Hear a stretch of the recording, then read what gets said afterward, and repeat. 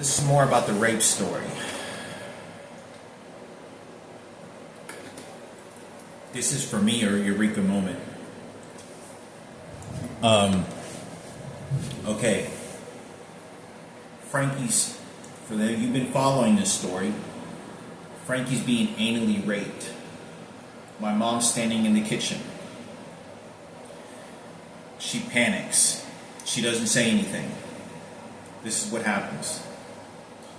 When this guy, I don't remember, I want to say that he walked by and said something, because my mom, after he got done raping this guy, I don't remember any of it. It was like a fuzz. But I remember the door being wide open for like 30 minutes. Just wide open. And the wind was kind of just like coming in.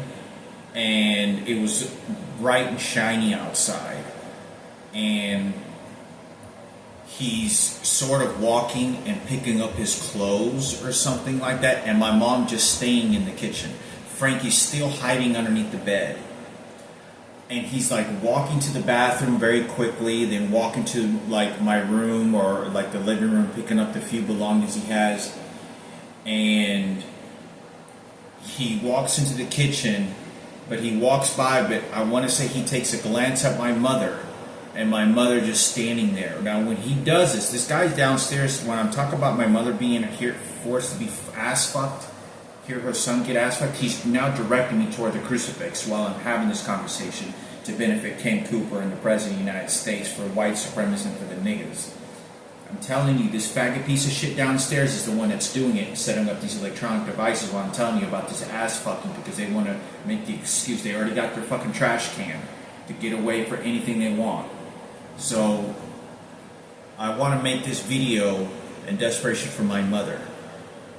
This is how crucial, why I'm so protective of my mother, even with her own family members. But you don't understand, when you're using her identical twin, she doesn't know the relationships of what these other family members know. If my mother never told you about that rape, if Frankie never told you about that rape, then what happened? So what I do know is, when my mother is frozen in the kitchen near the sink and stove, and I drew pictures of this, he walks by, and I remember like standing somewhere in the kitchen. You shot my brain just a second ago. I'm standing somewhere in the kitchen, or like right by the door of my room, and he just kind of walking by, like the wind's gusting and it's very quiet in that. There's not a single move in the house. Everything is, my mom's not saying a word. She's not crying. She's just like this, like, look how big Ken Cooper is. I mean, hero is Sarah Cooper is.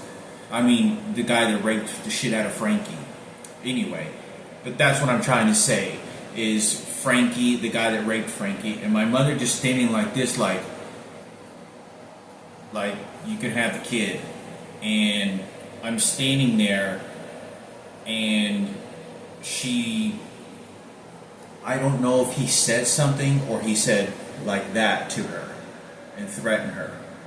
I don't remember if I walked into the house. I don't remember. Now this is the eureka moment that paramount of my own immediate family. Rather, it was one of the relatives, because I never got along with Lupe. I never got along with Chito. And I don't want to go into, this is what bothers me a lot, is because I'm kind of nervous of who's watching these videos. Because if you show these videos to then my other relatives, then you're going to have them turn against me even more, thinking, but I'm really trying to protect my mother, but this is about helping Sarah and Ken Cooper, and we're going to confuse everything. So, as much as everything is going on, everyone saw Joni and Lupe show up, and there was Lupe was laughing out loud at the funeral of my father, and so was Joni, was kind of giggling.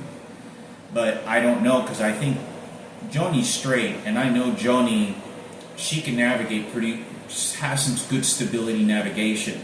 But it's, to me, that's why Robert Palomo and Sarah and Kenneth, that's why they said don't worry about them. That's what Robert Palomo did, and that's what Richard Palomo said. As Lupe, Joni, and Bethel walked out. They said, "Don't worry about him." Like, fuck them off. Like, fuck them, because they didn't. That's what they said. So I think it's important for me to say this, because my mother is being gutted out as a pig once again by how Sarah and Ken Cooper are doing this, maliciously doing this to us, knowing that there's a bitter war in this. They're very put together in their family, and they're trying to make it like they're not, so that they can cover up for Kenneth and Madison. So what happens is that this guy's in the house after raping Frankie. I don't want to say he's in the house more than 30 minutes. More than 30 minutes. For sure, I want to say no more than an hour, 100%, but I want to say no more than 20 to 30 minutes. He's in the house picking up, kind of walking back and forth. Maybe he was there 15 minutes after it happened, but right after it happened, he was in the house 15, 20 minutes, like kind of walking very fast.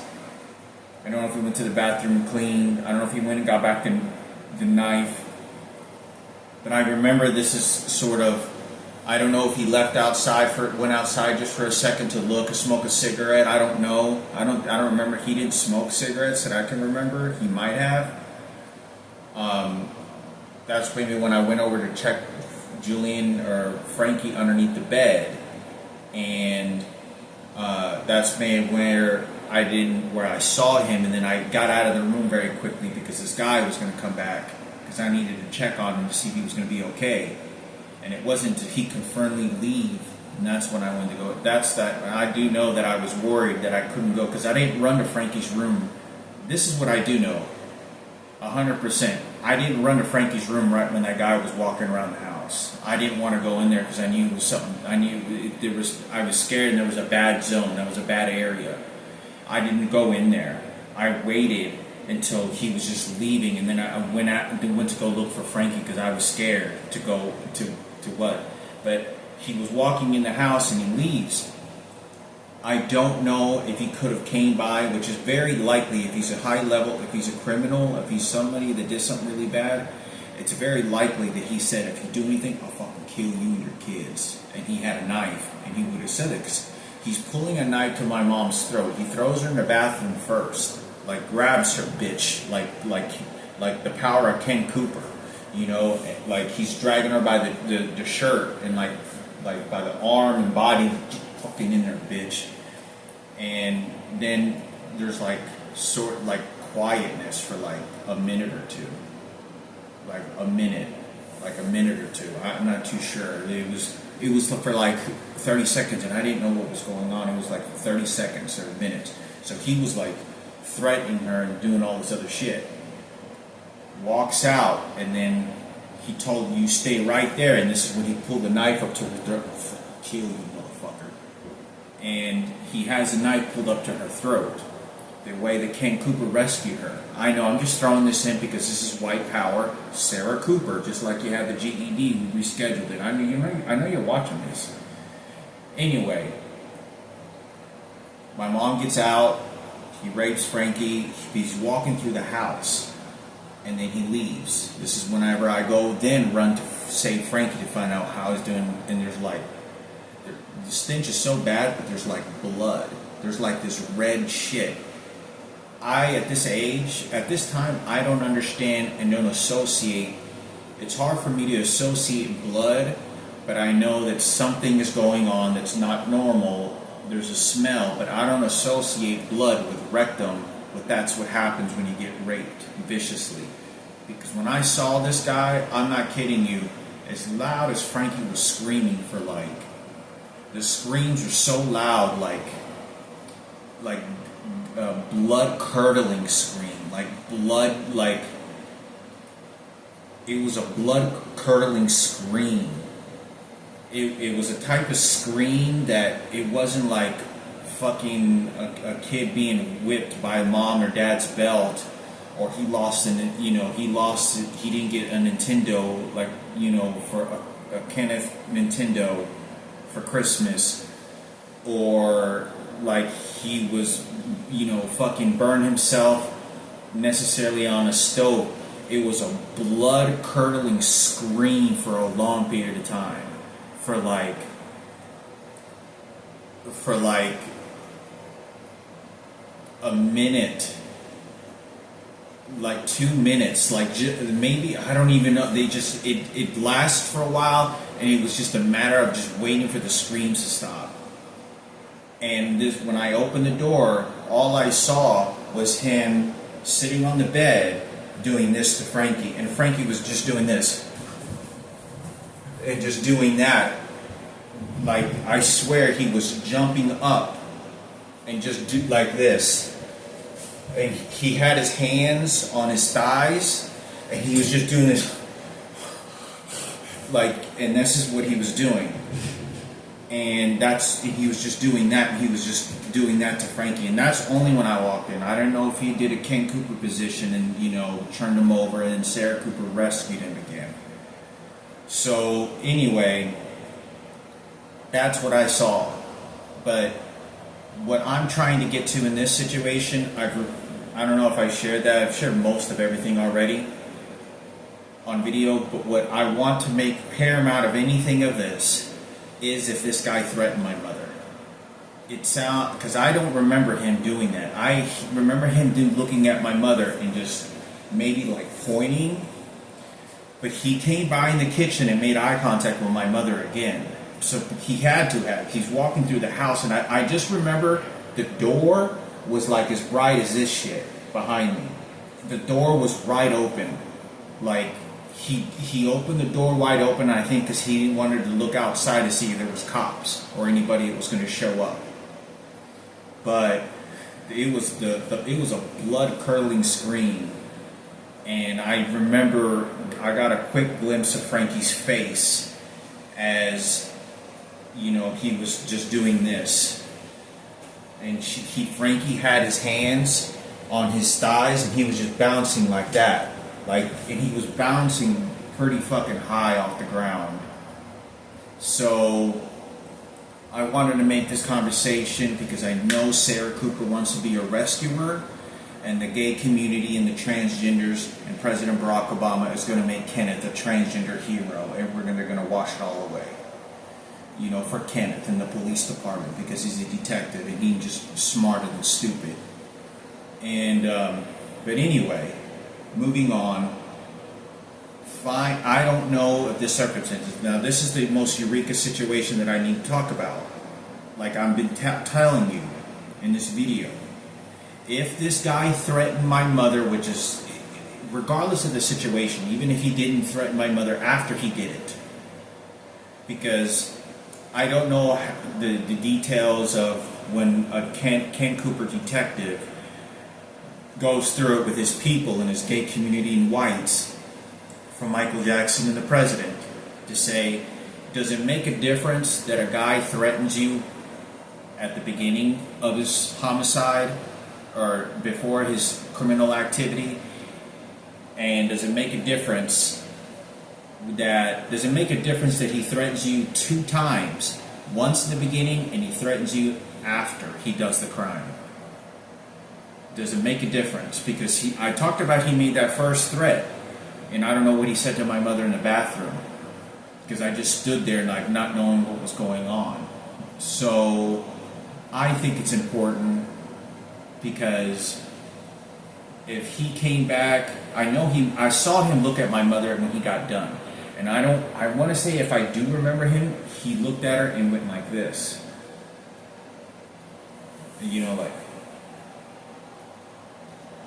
I want to say he opened the door, went outside, and looked around. Like he was looking to see if anybody heard him or anything. Nobody ever showed up. Nobody ever called. If the neighbors knew about it, they never said anything. But that's what I want to say about that story. So I just know that it was the way that it sounded when Frankie was screaming and me and my mom were together in the kitchen. We could hear it all the way in the kitchen, loud, like whatever was going on there, because the door was closed. He had his bed, he had his Mickey Mouse bed or whatever, and me and my mom were in the kitchen. My mom was in that's at the very end of the house. It was loud, screaming loud, like the one that Ken Cooper's going to get for the whites. They cheered it for him in silence for the heroic police act he did, an investigation, just like he gave it to Sarah Cooper of Madison for the UFC. So anyway, I think it's important for me to talk about. Do you know why? I've been spinning repeatedly. I hope this is an enforcement that I can reply to you that if he made this threat, regardless, okay, I said he was connected to my family members, either Beto, Chito, Lupe, Johnny, Mati, or Ceci. And I want to say I saw him at least once at Mati's house, because Mati is my aunt who used to live at the apartments. This guy could have raped someone else. This guy could have raped some other kids. I want to say that this guy had raped some.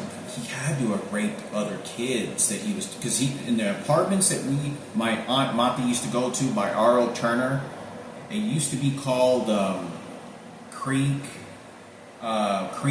Apartments or something like that, like Creek View Apartments or Creekside or something like that. Cooks Creek, that's what it used to be called. Cooks Creek. It's on Josie Lane. It's one of the most ghettoest apartments in the city of Carrollton. It's like, if you were to point out the most ghetto hood apartments in the city of Farmers Branch, Carrollton had the ghettoest apartments, and that was where all the mojos lived.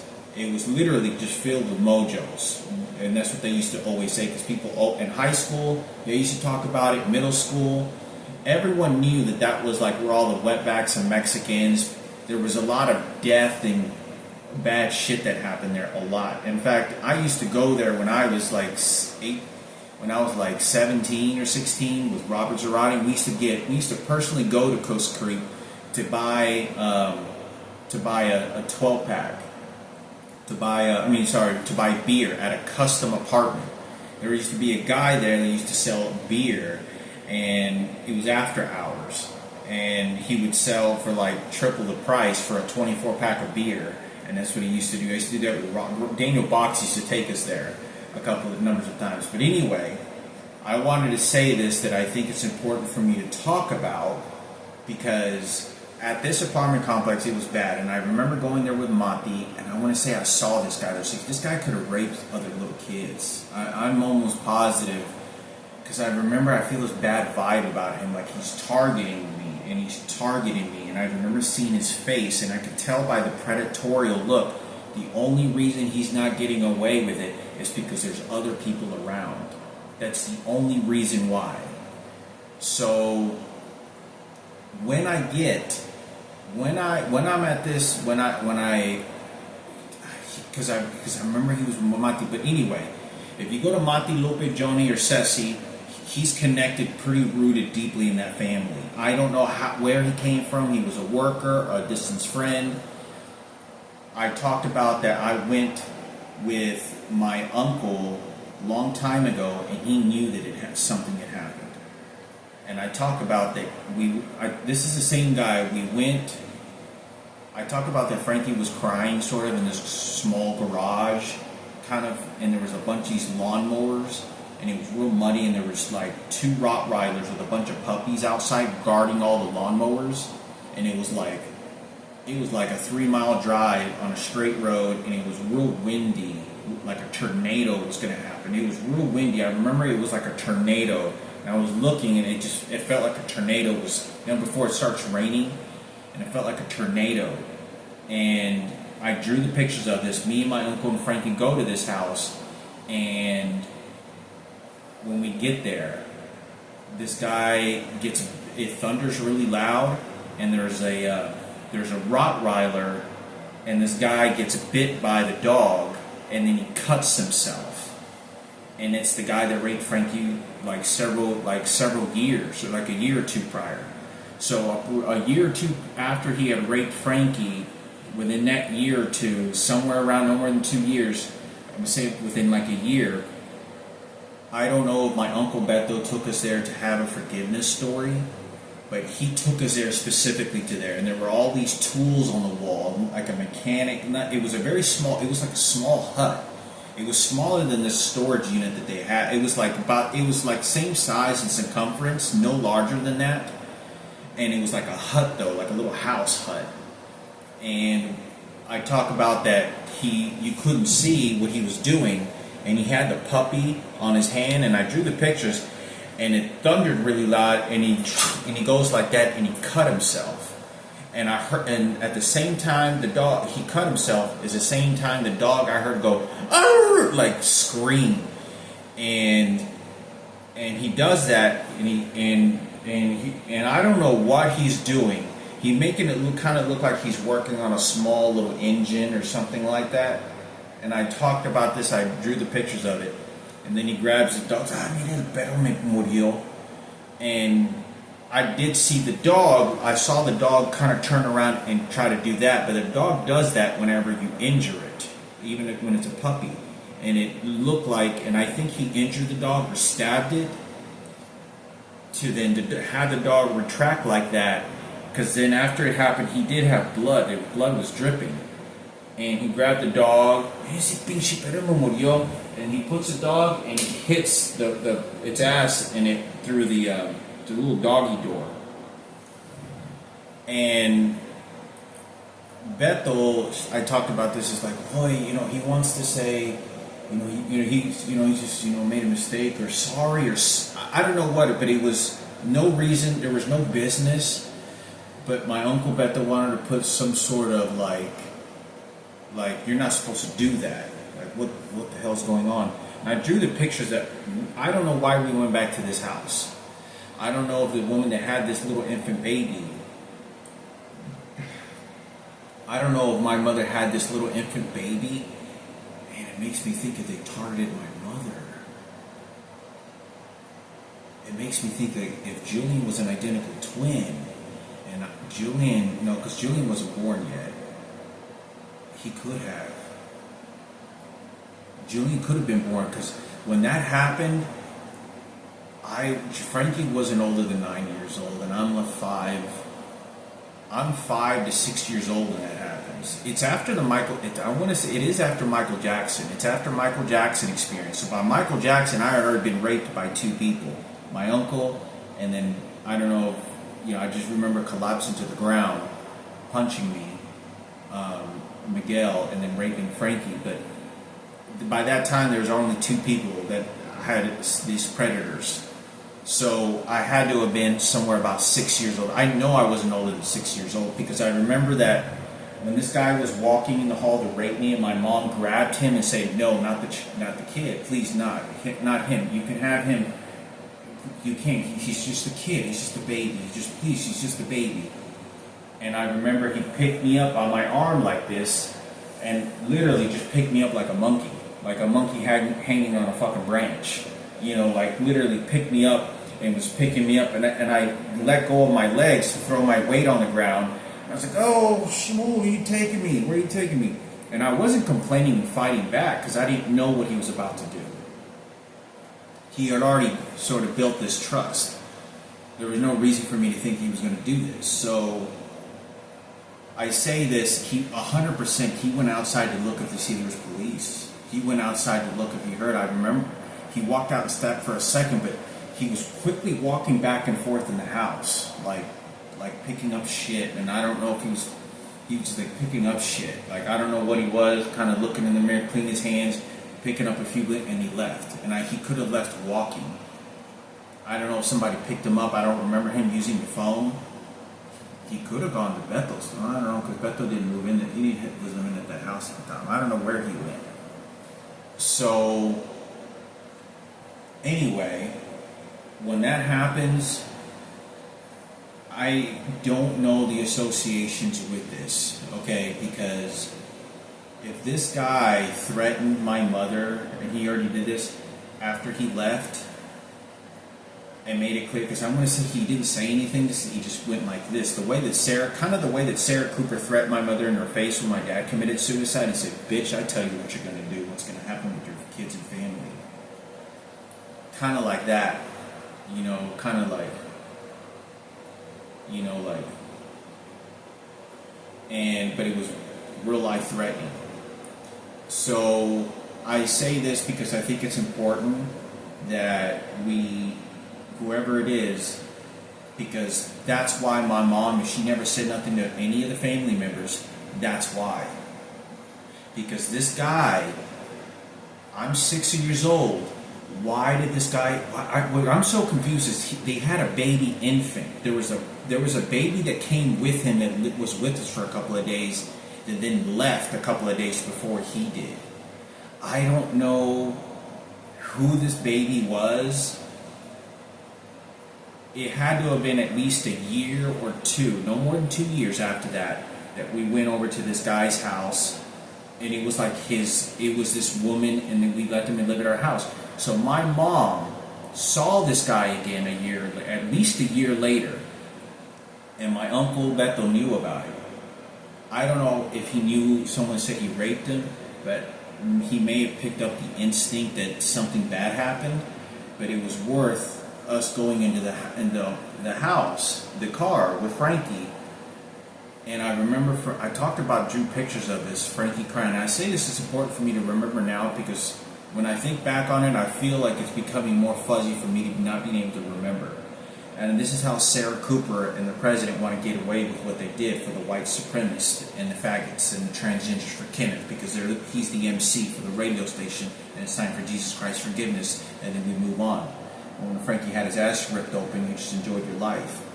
So I think it's important for me to talk about, because I talked about, I'm going to say Frankie was like kind of shuffling cries, like his eyes are really red. But, you know, I really don't know who's watching these videos, and it becomes very threatening. Because if my uncle was watching this, Beto and all his other relatives, you're going to make it much more worse, and you're going to get more victory. You're going to get more victory, because you want to make sure Kenneth and Kenneth Cooper and Sarah Cooper are going to get more of what they want. That's why this lady across the hall from me, next door to my apartment, is hitting the wall, and this guy downstairs keeps hitting the electronic devices at me and they're like putting boxes up against the wall, and they keep hitting the fucking walls, and they keep hitting. That's where they're going to put their storage, and that's how they're going to clean up their boxes with a dead corpse, and then staple it with a crucifix on Marissa's body, and that's how powerful the dead soul goes, because it was Sarah Cooper's entity princess, guardian angel. Get everybody to think that, and it's glory. So that's what's going on. But I want to say this because this guy's connected to a family member. And this woman, I talked about that when I went to this girl's house. This guy said he had 3 girls. There was at least 2 girls, but I want to say it was 3. There was at least 2 girls, and one of the girls was a very beautiful, very pretty girl, very pretty, brown hazel eyes, very beautiful brown tan skin, like beautiful, like she almost looked like Ariani. I'm not kidding you. This girl right here, that UFC girl, it looked a lot like her. It looked just very much like her. The face, the very light brown hair, natural brown hair. That's what she looked like. So I think it's important that I say something about this, because I remember playing balloons, and I was just playing, having a great time, you know, and not knowing what had happened. And I was playing with these girls, and I'd say, man, I want to say I've seen this girl maybe more than once at Esther. Was it Esther's house on the ranch? This doesn't make any sense. I think that was a different girl. Because that was a girl named Britta, and I don't remember fucking shit. Because I do remember, I don't know if how they're associated, because they looked a lot like each other. And I did like this girl a lot. She was, you know, she had the Susie look, you know, the light brown hair, you know, dark to light brown hair to, you know, hazel eyes. And, but I say this because when we went to that house, we're playing balloons, and Frankie didn't want to play. And Frankie kept on, was very scared. And he came in, I talked about this, and he's coming and he's walking up and down the halls, and he's scared. And he keeps doing this, like.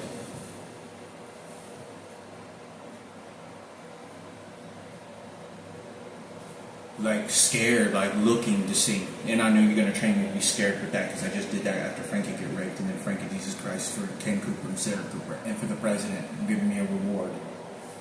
And don't forget about the whites. And so that's what happens. So in this particular situation that I say this, I don't know why we went back to this house. I don't know. My mother wouldn't have gone back to that house. And when we went to that house, I don't know if we went there alone or the woman that owned the house lived there. I don't know. Lupe or Johnny could have been there. I don't think Johnny was there. I think it was Lupe. Lupe or Johnny could have been there, but I don't even think they were there. I know it was my Uncle Beto. I don't know how the circumstances led to this house, and it was like kind of on a farm kind of area, because I remember just being open fields. And I do remember, and I want to say this crucially, because if this guy has already done this is why Frankie and my mother's continued also to getting raped, because this guy did this after Miguel did. So not only have Miguel punched Frankie and has continued to punk Frankie for the next 10 years, within a year and a half after that event, then this guy shows up and rapes the shit out of Frankie at a knife point. But the thing about this particular situation is, when this guy's raping Frankie, I don't remember how Frankie ended up in his room. I don't know if he punched Frankie or if he just told him, you stay right here. I don't know if he was already touching him. I don't remember any of that. I just remember it all happened very fast. And Frankie could have been asleep. I don't know if he was just watching TV. And then he just goes in there and makes the threats at my mother. And throws in the bathroom. I don't know what that circumstance is, but I don't know what led him to be just in the room, because I wasn't playing with Frankie prior to that. It was somewhat early in the day when it happened. It was somewhere between the hours of like 10 to 4 o'clock. And I want to say it wasn't even morning. I want to say it was like somewhere around 12 o'clock, 11 o'clock. I want to say, because it was during the day. He left somewhere around in broad daylight, early in the day, broad daylight. But I think it's important because I don't know where this woman came from. This woman had a baby, and I'm thinking, okay, if I'm 6 years old, I'm six and a half years older than Frankie. Than Jillian. I'm sorry. I'm 6.5 years older than Jillian. If Julian's a twin, I'm trying to think, because I want to say this woman had blonde hair, or she kind of looked güera, but she colored her hair possibly blonde, or she colored her hair possibly blonde, or she was like a light-colored brunette, but she didn't speak like fluent Spanish like a Mexican. She learned it from someone else, which is very weird because this guy didn't know how to speak, I don't think, any English that raped Frankie. So I want to say this, that it's crucially important that this is said, because I don't know how he's connected to that family, because my mother, from here on out, she has to be submissive to the relatives. If she felt very comfortable with Lupe and Johnny or Beto, why didn't she say anything? Why didn't she say anything? Remember, you feel comfortable. Remember all this information. My mother's an entire pitted in prison, because not only this guy and all the gay community after us because of Michael Jackson experience, but because this guy, he's now inside the family. So if my mom had Julian's identical twin taken from her, I don't know the story to that. I just knew the baby got thrown out of the fucking room when he took off with the baby. Lucio did. And we never knew about it until it was too late. But this means that this guy whoever took the baby, if he gave this baby to a transgender, or he gave it to a transgender individual and they raised the kid, or he gave it to a lesbians, or he did, whoever this kid, who's to say that that involvement is not connected to say, okay, I need you to go over there and go fucking rape that kid and go rape that mother? How do you know that that couldn't involved in that? Because that's the way that you would set your enforcement. The same way that Kenneth came laughing and said, you remember that? Whenever he comes to my apartment, blocks off the pathway to the girl upstairs, he then he goes and he does these things and starts mouthing off on my biological father and Michaela, and he starts wanting to take ownership of my dead deceased sister, claiming that he's doing the investigation work. He stood in front of my dad's dead casket in front of me. Do you have any idea what type of audacity of a horrible monster of a person you have to be to do that? Because all he's doing is he's sizing me up to victimize me. He's not doing anything else for his glory and his family's protection. He's not doing this anything else.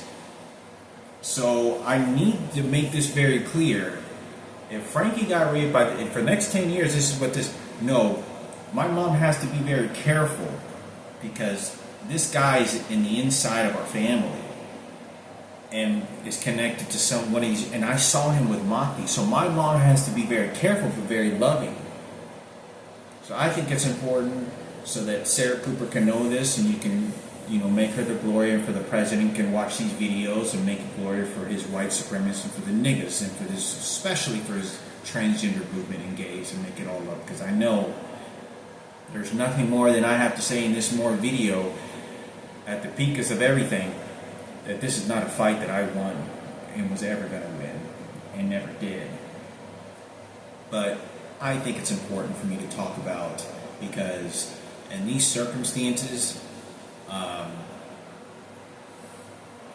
my mom is being threatened in family, and it makes me nervous, because the last couple of days I was thinking of, is it possible my Uncle Bethel's a transgender and I don't know about it? Because one of the things that's so fucked up about it is when I visited him one day at his house, I saw him without a shirt on, and he didn't look like he had any kind of surgery or anything. He looked normal.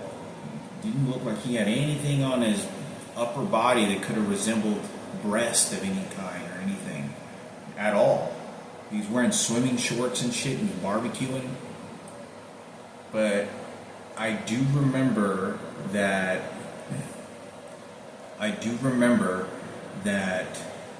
what happened with this circumstances is, I don't know, because Frankie, y'all had this on camera, because my dad died when we had this conversation. Frankie said something like, yeah, Bethel's, he was born a girl, or he said, yeah, he's gay too, or some shit. He said something like that, and he goes, no, he's not. And he goes, yeah, I'm telling you. He goes, yeah, okay, you don't have to believe me, fine. Well, yeah, he is.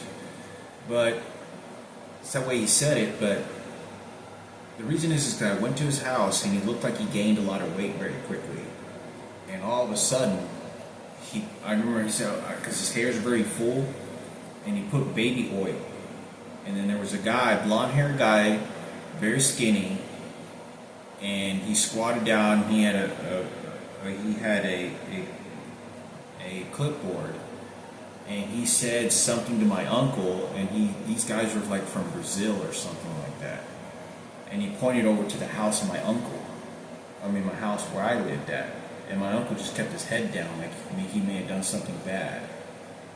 And I don't know what the circumstances. I kind of look at this guy and kind of defending my uncle, like, who the fuck is this guy? And shows up to my uncle's house, sort of like he's in charge of some shit. Like this guy was a debt collector. That's what he was behaving like. He was a white guy, but I think it's important for me to talk about, because the reason my mom wouldn't want to say anything is because of that. And let me tell you, this guy showed up in that Christmas video. It happened within like 6 months of within 6 months of that time. So I think it's important for me to talk about, God forbid that I find out, that like, because I'm thinking like Beto's son, he doesn't look anything like, he just really doesn't look very much like his mom so much, but I don't know what the fuck, because it's very confusing to me, because when I lived with my uncle when I was very young, and I was 18 years old, and I first got kicked out of the house, and I talked about that I saw my mom's biological father at that house, and my mom freaked out when I was in the car with her, and she immediately started crying, and she was like, she fetched out, looked at me like for help, and I tried to calm my mom down. I said, don't worry, I'll deal with it, whatever. Julian met him as well. Well, I went into the house, and he's not alive, and he died a long time ago. But he was the guy responsible, sold my mother for sex and raped her a bunch of times. And my mother used to tell me monster stories about this guy. And anyway, I talked about that. And if you look at my mother's thigh, one of her thigh legs, there's a big, like, purple welt, like a permanent purple welt. My mother used to say that this is where he used to hit her really bad when she was a little girl. So anyway, I think it's important for me to talk about, because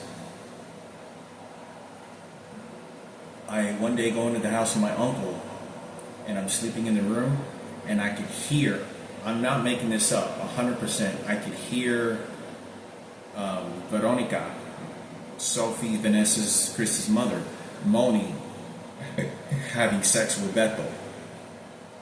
And I could just hear her go do this, doing that, and I heard Beto go, doing that, and I didn't say anything, I tried to stay quiet, but that's what I remember. So I think it's important for me to talk about what's going on, because I know my uncle, when he grew a mustache, he grows whiskers. Like, his mustache wasn't very normal. It was like whiskers. But I always thought a lot of people grow beards very differently. Some have very full ones like mine. This is not even full for me. Before my chemotherapy, when I was 18 and 19 years old and 20 years old, especially right whenever I blossomed when I was 18, I had the thickest, fullest beard you could imagine, like chiseled in perfection.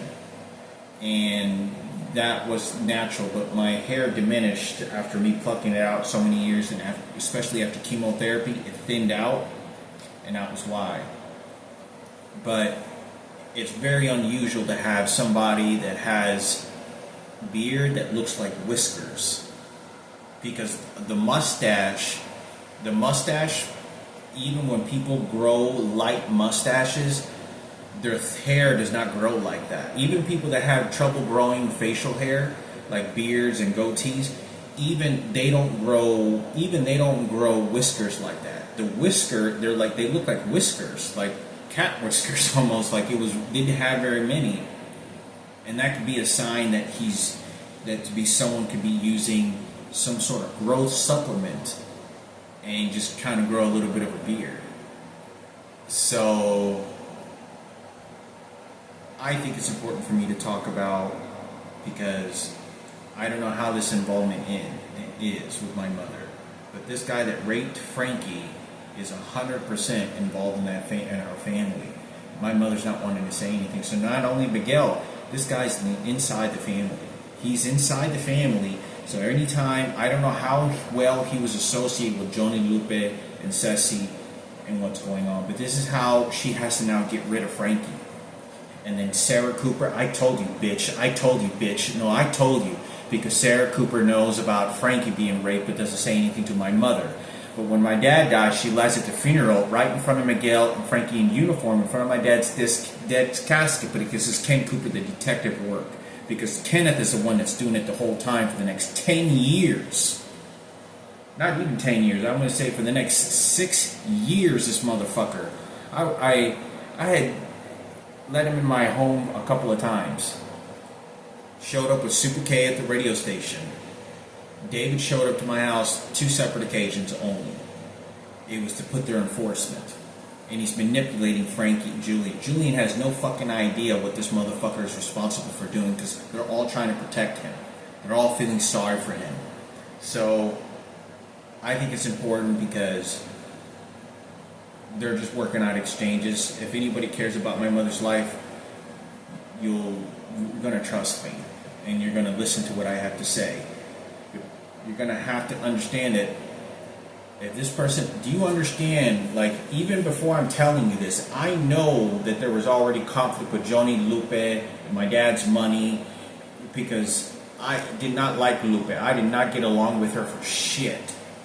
Nasty arguments, and how Lupe then tried to come into the circle of how Frankie was going to make decisions, you know, and wanted to take over Frankie. So I want to make this very clear.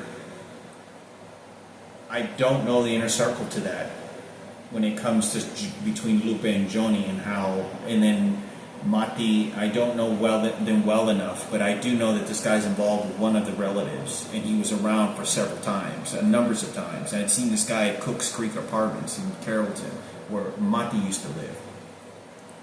So I think it's important for me to talk about, because even before I'm telling you this, people think, oh, he was just backstabbing my mother, calling his mother a bitch and a thief. The reason I'm throwing myself in the fire with Sarah and Ken are is because I want to find out their history of what would happen. Because I told Sarah Cooper, why is it you and my mother never got along? And then she lied at the funeral in front of everybody at the restaurant. When I'm trying to find out information, she says, oh no, we got along just fine. I just never knew why y'all never got along. And she got pissed off and angry because I said this in front of Michael Palomo, Robert Palomo, Richard Palomo, and several others, because I spilled the beans in front of everybody.